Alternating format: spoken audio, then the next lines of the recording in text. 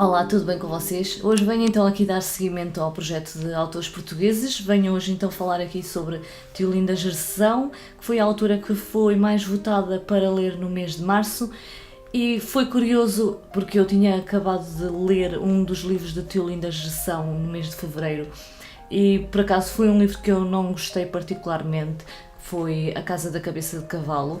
Eu já fiz a opinião sobre este livro, vou deixar aqui nos cards do vídeo, mas foi bom então esta autora ter sido a mais votada no mês de março logo a seguir, porque eu tive então assim a oportunidade de ler 2 livros dela que gostei bastante. E acerca da autora eu na verdade não encontrei assim muitas informações sobre a Teolinda, mas encontrei o site oficial dela e vi também uma entrevista que ela deu aqui há uns 3 ou 4 anos naquele programa da RTP2, o Câmara Clara. Esse programa que ela gravou então está aqui mesmo no YouTube e eu vou deixar depois o link na caixa de descrição do vídeo do programa. Nesse programa ela fala mais especificamente sobre o livro dela, A Cidade de Ulisses, que foi um dos livros que eu li então durante o mês de março, e está muito interessante esse programa. Eu gostei muito de conhecer as ideias dela que estavam por trás da história deste livro. Se vocês quiserem ver esse vídeo, mesmo sem ter lido o livro ainda, podem vir à vontade, porque eu acho que ela não revela demasiados detalhes sobre o enredo. Basicamente, então, o que eu descobri sobre esta autora é que ela nasce então em 1940, nasceu em Coimbra e estudou tanto na Universidade de Coimbra como em mais uma ou 2 universidades da Alemanha. Estudou germanística, que é o estudo da língua e das literaturas alemãs. Estudou romanística, que é o estudo das línguas românicas, e estudou também a anglística, o estudo então da língua e da literatura inglesa. Por conta desses estudos, ela então acabou por viver 2 anos na Alemanha, posteriormente também viveu algum tempo no Brasil e também chegou a conhecer Moçambique, onde se passa um dos grandes romances conhecidos dela, A Árvore das Palavras, que é um romance ali de 1997. E depois temos também a obra que é considerada a sua maior obra, A Mulher que Prendeu a Chuva, que é um livro que eu por acaso ainda não li, mas fiquei com bastante curiosidade em conhecer depois de ter lido os livros que li agora em março. Os livros que eu li foram então um livro de contos, As Histórias de Ver e Andar, e A Cidade de Ulisses. Em relação ao livro de contos, eu gostei muito das situações que ela inventa, algumas delas até um pouco surreais, mas credíveis. O conto desse livro, por exemplo, Big Brother Isn't Watching You, conta a história de um grupo de raparigas que, com o único objetivo de obterem fama, planeiam matar uma colega de escola, e esta é uma das situações surreais que eu me estava a referir. Temos, por exemplo, também outro conto em que um homem depara-se com um diagnóstico que vai receber em breve para saber se ele tem cancro ou não. Passa aqueles dias então muito preocupado em saber se o diagnóstico é fatal para a sua vida, e com isso faz uma promessa de doar uma grande quantia de dinheiro se o resultado desse diagnóstico for negativo, que é uma situação que pode acontecer a qualquer um de nós e que dá que pensar como é que nós reagiríamos se estivéssemos numa situação dessas. Um dos meus contos favoritos aqui deste livro de contos, que deve ter aí à volta de uns 10 contos, foi um conto chamado Uma Orelha, em que uma mulher de meia idade conta ao telefone a um desconhecido, dá a ideia que é uma daquelas linhas de ajuda telefónicas. Ela conta então a esse desconhecido a sua história, desde que ela descobriu que o marido, que é muito mais novo que ela, que a traía, e ela teve uma crise com essa descoberta e tentou matar-se com isso, mas aos poucos vai então aprendendo a lidar com essa situação. Ela, entretanto, começa a fazer um tratamento psiquiátrico com um psiquiatra que foi indicado pelo próprio marido. Às páginas tantas começa a achar que o marido indicou-lhe esse psiquiatra de forma propositada e está a tentar que ela tome uma medicação ao mesmo tempo que lhe oferece bebidas, e acha que ele está, no fundo, a arranjar uma forma dela se matar de verdade. É uma história de desespero, dá a impressão que às vezes ela não percebe muito bem o que é a realidade, e às tantas nós começamos a achar que talvez talvez algumas coisas que ela esteja ali a contar não sejam da cabeça dela.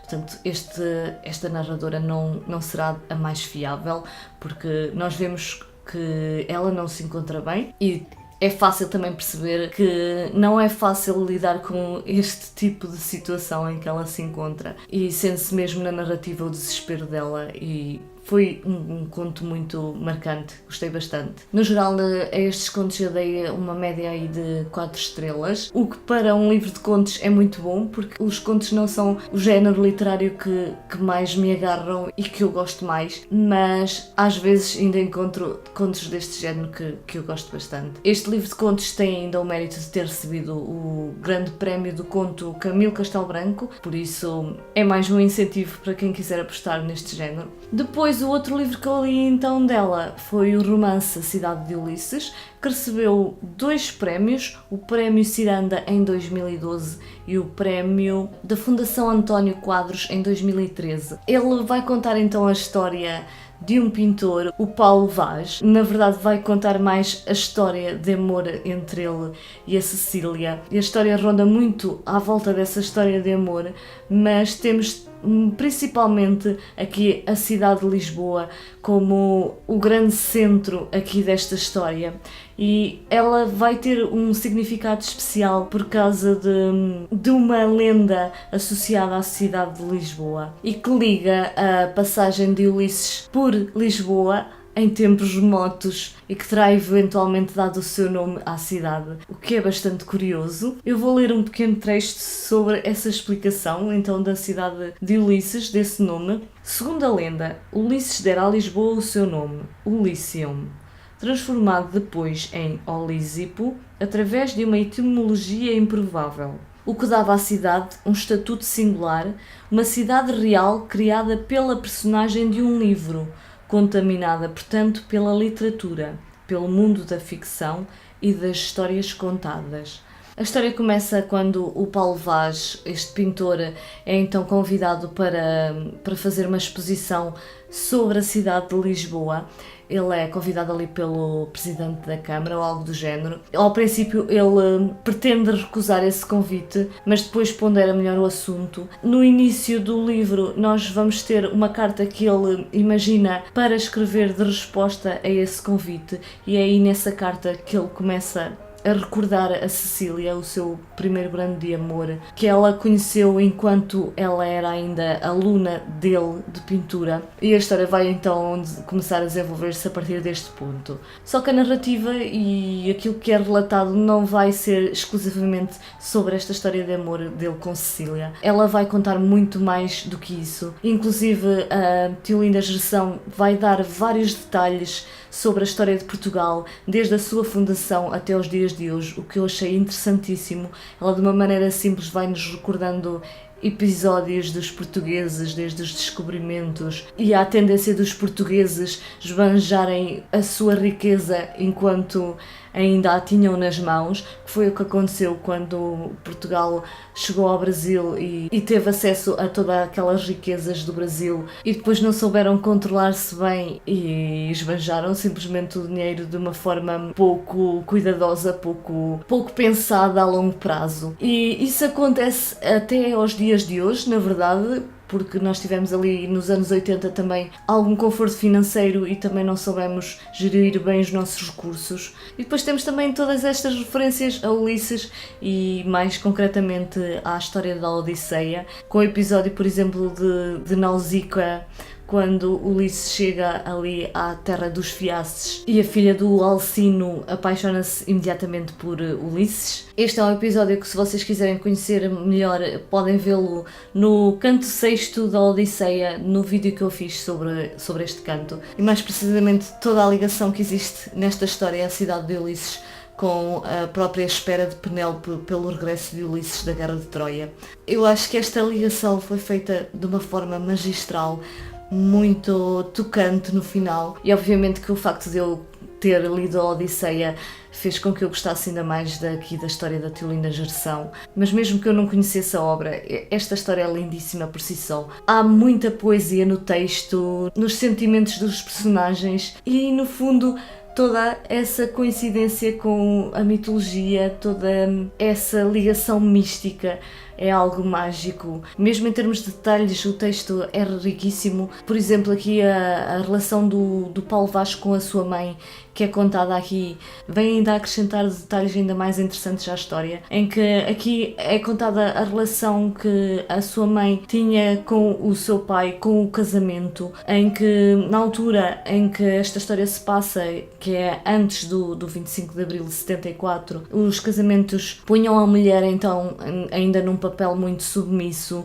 muito dependente da situação financeira do marido, o que acabava por subjugar bastante a mulher à vontade do seu marido. No caso aqui da mãe do Paulo Vaz, ela vai encontrar um refúgio no sótão da sua casa, fazendo pinturas, dedicando-se à pintura, o que influenciou o Paulo Vaz então em seguir também a pintura. E ainda temos aqui uma referência que eu gostei particularmente a Fernando Pessoa, que deu-me logo vontade de ir reler este autor e conhecer mais sobre o autor, e eu queria então concluir este vídeo com uma das minhas citações preferidas deste romance da Tiolinda sobre o nosso grande poeta, o Fernando Pessoa.